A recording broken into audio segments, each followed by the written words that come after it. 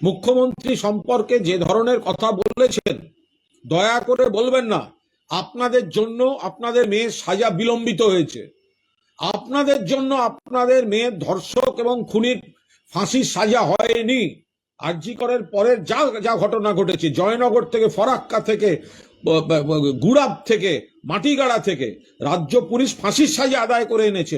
আপনারা চক্রান্তকারীদের হাতের পুতুল হয়ে এক একবার এক এক রকম কাজ করছেন। কখন আপনাদের বলা হচ্ছে অমুক তমুক, আপনি বলছেন রাজ্য সরকার কেন গেছে ফাঁসি চেয়ে হাইকোর্ট, আরে রাজ্য সরকার সদিচ্ছায় গেছে।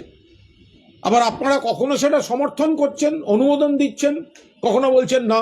এগুলো হচ্ছেটা কি? বাবা মার প্রতি তো আমাদের সম্মান, আবেগ, সহমর্মিতা সব আছে। আপনারা নানা রকম কথা বলে নিজেদের গুরুত্বটাকে কোথায় নিয়ে যাচ্ছেন? মুখ্যমন্ত্রীকে অ্যাটাক করে দিলেন।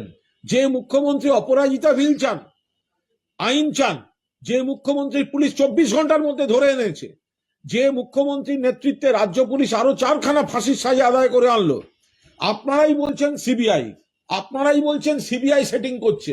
এটা হচ্ছেটা কি?